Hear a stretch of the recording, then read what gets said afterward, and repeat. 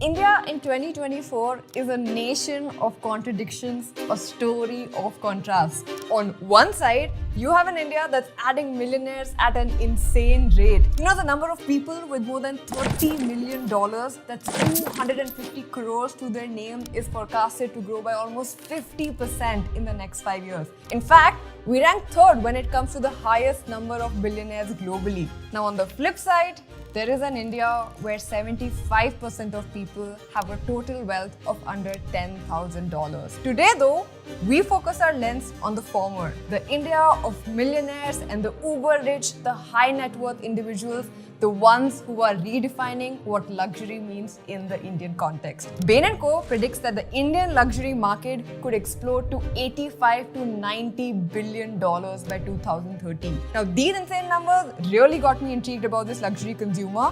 What is it that makes these people tick? What does luxury even mean to them? What is driving their spending habits? And more importantly, for all the entrepreneurs and marketeers out there, how do you capture this segment and build brand loyalty with a group that can literally make or break your bottom line? So to answer all these questions, I went down a rabbit hole over the last 2 weeks trying to understand the market, the psychological and sociological factors behind this new wave of luxury consumerism, trying to understand the cultural factors shaping their choices and the role of AI in luxury. I have so many interesting data points to share with you, so bear with me till the end because this is going to be a masterclass on all things luxury. Welcome to Breakdown. So I went through 5 reports, 4 of them being global luxury reports, and all 4 of them highlighted India's potential in luxury. Everybody believes the time is right for India to take its space in the luxury space. By the way, I have one more goal from this video. Apart from all the international luxury brands tapping into India's potential, I also feel there's a lot of opportunity for homegrown brands from India to tap into this market. So I'm also doing this because I'd like to provide the future Indian luxury entrepreneurs with some actionable insights. Because you see, this luxury market operates on a set of principles that actually transcend your usual consumer behavior. In fact, the traditional dynamics of supply and demand don't really apply here. It's a very different interplay of desire, status, psychology, experience. So if you can crack that, you have got a lot to gain. Now, let's look at some recent exciting numbers. So the luxury car maker Mercedes-Benz last month reported its highest ever retail sales in a financial year in India. Lamborghini India posted record-breaking sales in India. India, in fact, saw sales of about 47,000 luxury cars, and these are just primary sales, by the way. So the second-hand luxury car sales are a lot more. Coming to housing, you know, DLF sold a residential project with home units priced starting at 7 crores each in under 72 hours. That's literally all it took. 72 hours for 3,000 applications for 1,137 units priced at 7 crores per unit. That is insane. And it's not just these segments. If you look at fashion as well, all major fashion houses are waking up to the market potential. In last year, March, in fact, Christian Dior held its first ever fashion show in India, and Indian celebrities are becoming the faces of global brands. Deepika Padukone with Louis Vuitton, Alia Bhatt with Gucci, and the list goes on. If you look at jewelry, we literally broke all records. The Deloitte report showed how India has become one of the largest gold jewelry markets in the world. Did you know that Indian households own 10% of global physical gold, which is 25,000 tons of gold as per the World Gold Council? Now, coupled with these numbers projecting growth, the Budget 2023 also had a policy which stated that you will now be charged 20% tax collection at source on international credit card spends crossing 7 lakh under the liberalized remittance scheme. Now, this again could drive sale of luxury brands in India because you'd rather spend that 7 lakh on luxury in India than abroad if you have to pay 20% TCS abroad. So clearly, these economic tailwinds and the new rich India is leading us to reimagine the Indian luxury story. In fact, it's not just luxury and ultra high net worth individuals. If you look at the affluent class report by Goldman Sachs, which calls the 60 million Indians who have more than US $10,000, the report calls out how all companies which address a relatively more affluent consumer class have been growing faster than companies which address broad-based or mass consumption. And these trends, by the way, are visible across industries. For example, in FMCG, Nestle grew faster than Hindustan Unilever. In footwear, Metro growing faster than Bata. So all companies that have targeted the top income consumption have seen strong growth. And honestly, this is something that's often corroborated on Twitter by different founders. Look at this tweet by Kunal Shah. And there's one more insight here. When you compare the consumption of India with other countries, for example China, that have $10,000 per capita income, their per capita consumption in leisure, hotels, recreation, out-of-home food is literally 18 to 20 times that of India. So what it shows is that in most of these categories, there's a large headroom for growth as this affluent India rises. Now, I'd like to look at some of the key trends and themes that are underpinning this market evolution. And after that, we'll understand the Indian consumer, which I found the most intriguing. Coming to the market, what we have seen is as this luxury market is maturing, there's increasing consolidation happening with a few key players emerging as partners of choice for all these international brands who want to enter India. For example, Reliance brands, they've literally been on an acquisition spree. They're tying up with global brands like Tiffany's, Valentino, and many more. Aditya Birla Fashion and Retail, on the other hand, has also been aggressive, inking deals with companies like Galeries Lafayette, Ralph Lauren, among others. Other players for Titan, Ethos are consolidating their positions in segments like jewelry and watches. Now, question here that you should ask is, why so many M&As and why are these partnerships becoming a way for international brands to enter India? Well, the answer is these Indian players offer a lot of competitive advantage. For example, they offer instant scale and access to India's luxury customer base. Secondly, they also have expertise in navigating the complex regulatory landscape. Most importantly though, they have decades of experience in India's luxury setting, which is so unique. Because if you look at the geography of India, right, we have these few cities which are leading the way for Indian luxury. And most of the action still revolves around the key metros of Delhi and Bombay. Now, both these cities have well-established luxury hotspots and retail infrastructure. Delhi has a DLF Emporio, Mumbai has Palladium, Geo World Drive, and several high-end retail districts in areas like Bandra, Worli, and Lower Parel. So most of the brands either pick Delhi or Mumbai to launch their first flagship stores in India before gradually expanding to other cities. The customer base here is also substantially bigger and easier to access in these cities. However, the new tier of cities is also catching up. For example, Bangalore, Kolkata, Hyderabad all have sizable and fast-growing HNI populations. On the other hand, we have mini metros like Chandigarh, Ahmedabad, Pune, Surat, who are also seeing an uptick in luxury demand. In fact, I was watching an interview of one of the execs at Lamborghini and they mentioned how you can see Lamborghini in smaller cities like Udupi, Salem or Trichy, which is unheard of until now. Next, let's talk about the rise of Indian luxury brands, which I'm most excited about. See, for years, the Indian luxury landscape was completely dominated by international brands. Domestic players simply couldn't match them in terms of design, quality, heritage, or the ability to burnish a customer's social status. This, though, is changing rapidly. A new crop of Indian luxury brands is confidently holding its own and at times even surpassing international competitors in design language, craftsmanship, and materials. In fashion, we have names like Sabyasachi, Anamika Khanna, Manish Malhotra, Rahul Mishra, who are all setting global benchmarks and dressing international A-listers. Forest Essentials has become a breakout hit in Ayurveda-based luxury skincare and beauty. Hospitality brands, on the other hand, like your Oberoi, Taj, Leela, are ranked amongst the world's finest luxury hotel chains. And this trend will only strengthen as Indian customers, especially the younger set, comes of age expecting brands to have a strong India connect, and this is where lies your opportunity. So, let me now explain the most important piece of the puzzle in understanding Indian luxury, that is the consumer and what luxury means to them. So if you look at this affluent upper class, right, they see luxury consumption as signs of having made it. See, status seeking is a universal human impulse, but it manifests most acutely in societies with high levels of inequality, of which India is a prime example. So for India's elite, adorning themselves and their homes with the latest fashion and accessories from Louis Vuitton, Burberry is the ultimate mark of success for them. Along with this though, luxury is also a way for these new rich to distinguish themselves from the masses. So there's something called symbolic interactionism in sociology, which basically suggests that luxury goods are used as a medium to communicate personal values and identity to others. So Each luxury item has a symbolic meaning attached to it that is recognized by the society. Simply what this means is luxury products act as social tools where they serve to communicate symbolically between the individual and his significant reference. See, this whole psychology of luxury spending in India is very complex and multi-layered because it's a pure emotional purchase. So that's when I also noticed that most people often buy luxury items because of the way the products make them feel, not because necessarily they need that specific product or that service.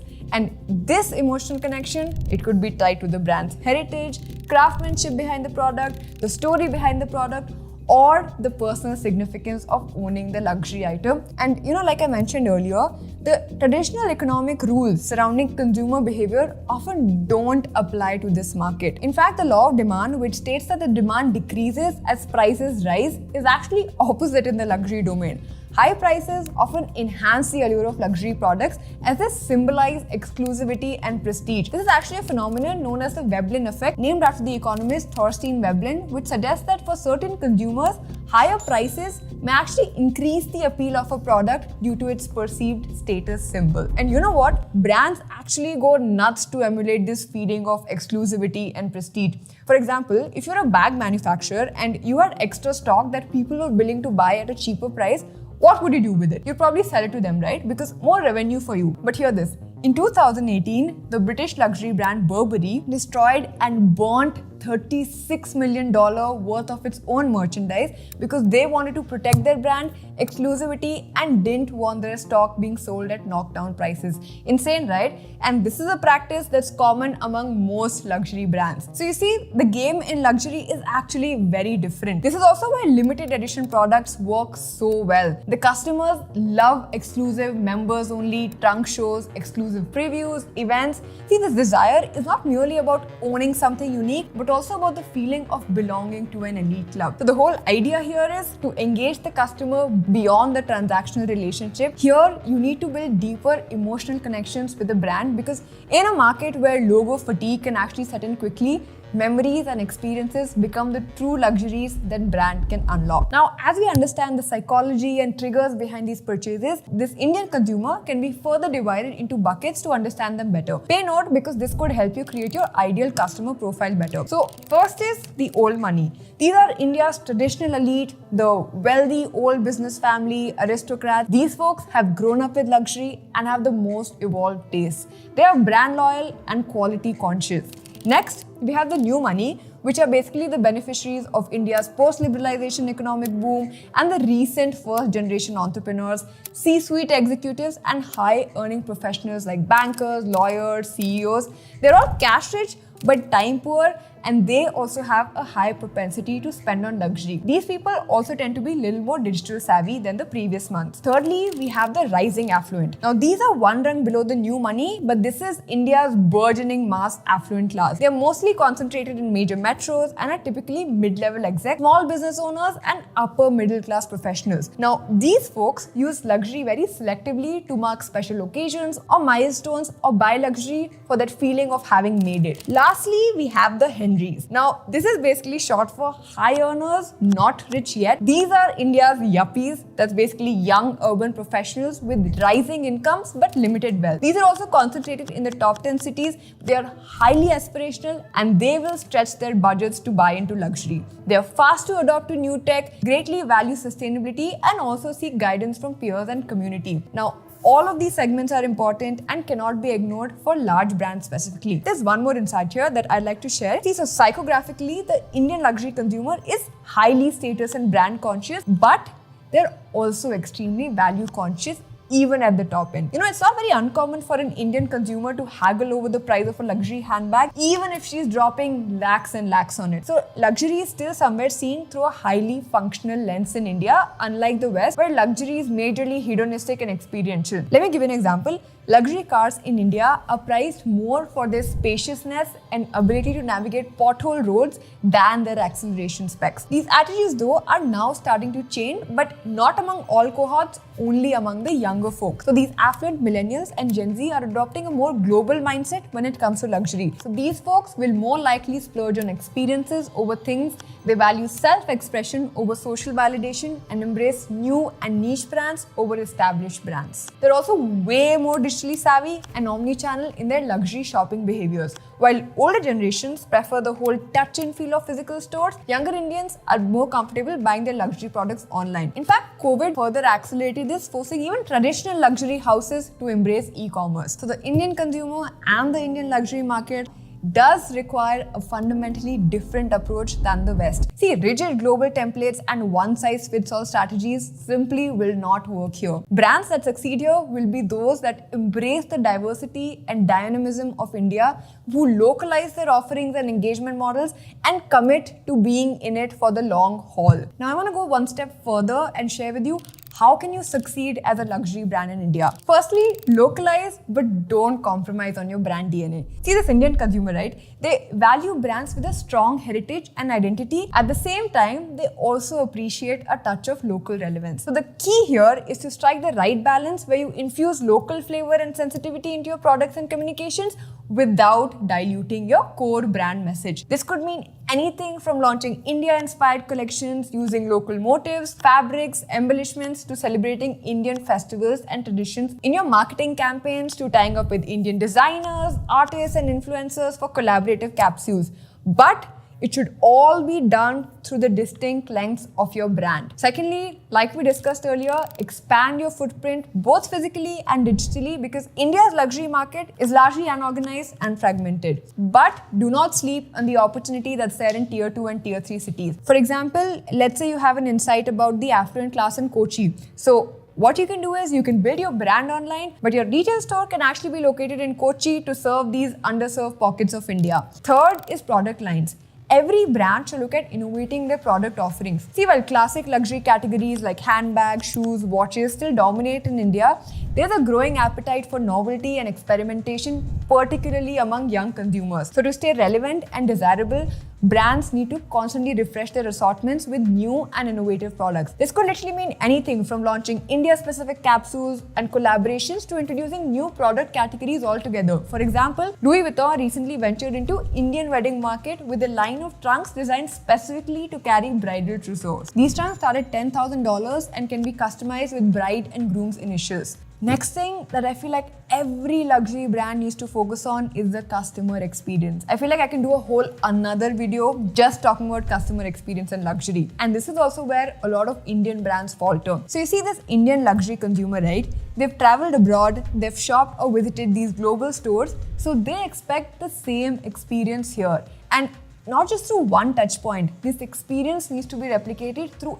every single touch point from online to retail, and both are evolving rapidly. According to Deloitte Global Research, 60% of customers still prefer to shop in physical stores. 47% prefer to touch and feel the product before buying, and 70% regard shop assistants as crucial to their shopping experiences because of the professionalism and knowledge of the product. The retail report by Altagamma showed how retail competition globally is also escalating. So more than ever, small brands need to do something different to stand out. For example, check out all these stores. See, these Indian consumers value relationships and respond well to brands that make them feel special and valued. So this was during my first few jobs. I was working in an ad agency and one of our clients was a luxury jewelry brand. So I'll give you an example. One of the customers had their anniversaries coming up and he wanted to gift his wife something special, so he reached out to the store. Next day, the store manager along with the jewelry designer was at this customer's house designing a ring with some really unique stone based on this customer's preferences. Now it doesn't end with just creating or designing the ring. Next, what they did was they booked one of the most expensive hotels, that's Umaid Bhawan in Jodhpur, where this couple could go and this person could present the ring to his wife.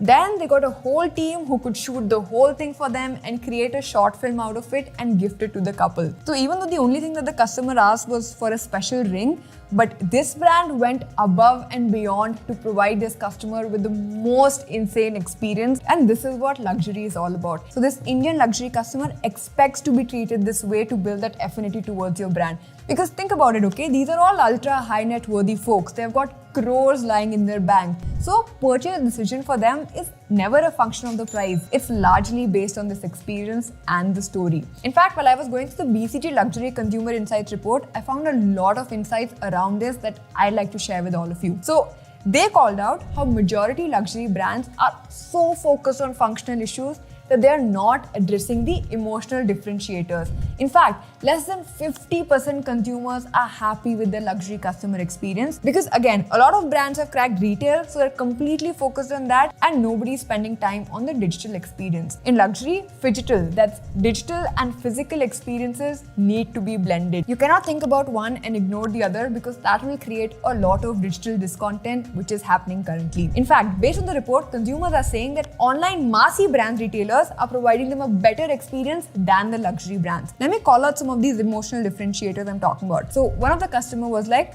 while browsing, I felt like I was completely alone when I needed human guidance online. Second customer was like, online payments felt so cheap. It felt like I was buying groceries online even though I was buying an expensive bag. One of the other customers was like, the online chat was about as luxurious as that of a car rental service. Now, talking about the product arrival, the at-home unboxing of online purchases is again completely neglected by brands. 70% of consumers found unboxing extremely important and felt when they received the product, it was totally anticlimactic. 65% said that brands are missing to provide an extra surprise in their package. A small note or a small gift or some sort of personalization is totally lacking. You see, if a person spending lakhs on a product, they expect everything to feel like an experience, from unboxing to the delivery to the order, every single touch point. Now the question is, how do we solve for all this? See, for a lot of the functional issues, right, there's already a playbook that's been written by international brands, so you can directly learn from them and copy that. But when it comes to emotional differentiators,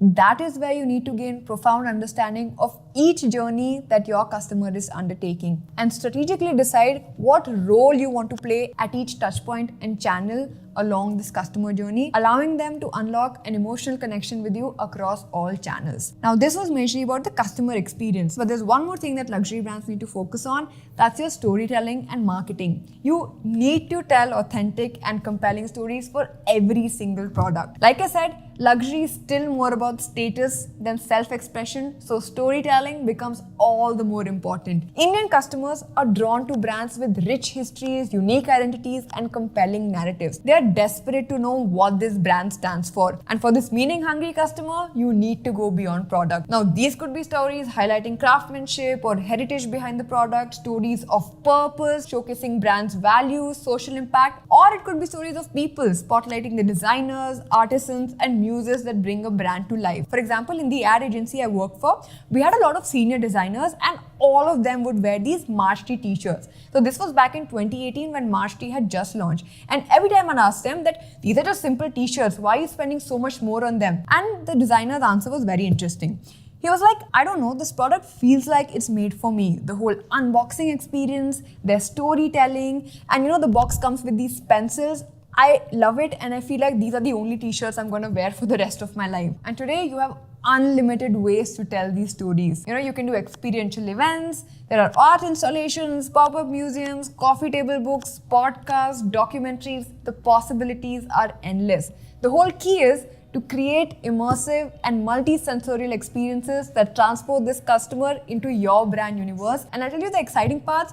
A lot of this now can be provided not just offline but online by leveraging AI, AR, the metaverse. For example, in 2021, the gaming platform Roblox hosted Gucci Garden, which was basically a virtual recreation of a real-world installation in Florence. So just like its real-life counterpart, the Gucci Garden in Roblox offered various theme rooms paying homage to the brand's campaigns while transcending the laws of physics. Next, to engage with Gen Z, Tiffany and Cartier collaborated with Snap to let people try on their products virtually through AR technology. They basically used ray tracing technology, which is very common in video games, and translated the sparkle of metals and diamonds onto AR objects that mimic the movement of light. Cartier used an AR filter and created the Cartier Tank Watch experience, which was again insane. The customers could view 4 editions of the watch from over 106 years, as well as observe images of pedestrians on the bridge to gain a sense of the 4 different eras. And honestly, it's not just with storytelling. Brands are now leveraging tech and AI in various fields to stand out. From enhanced personalization, customer profiling, supply chain logistics, demand forecasting, inventory management, to authenticity verification, AI is literally being used everywhere. For example, Burberry uses AI to identify counterfeit products. Another great example is Estee Estee Lauder. So AI Solutions is helping Estee Lauder companies enhance the online customer experience of all its luxury brands. They collaborated with Google Cloud to introduce AI-powered solutions to better understand customer sentiments. They're also using GenAI to reduce operating costs by streamlining operations and simplifying their business workflows. Additionally, in an effort to help visually impaired people use cosmetics,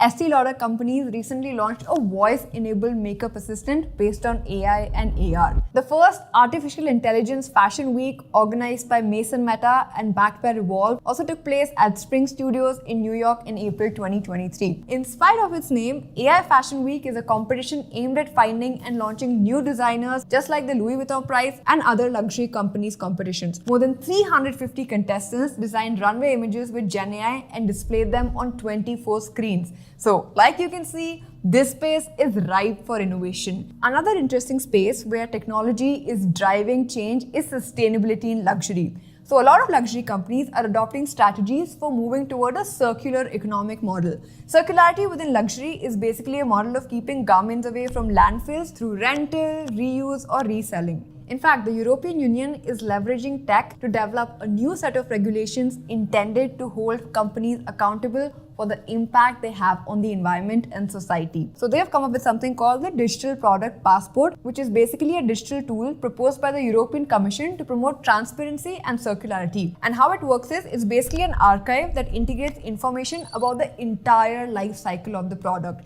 including raw materials, water usage, energy consumption, manufacturing processes, production site, transport details, literally everything end to end. And this data is stored securely and accessed by authorized users, making it accurate and reliable. Then you also have something called digital IDs, which are basically a QR code or an NFC tag inside a product that contains information about its origin, care instructions, styling tips, and repair, resale, recycling services.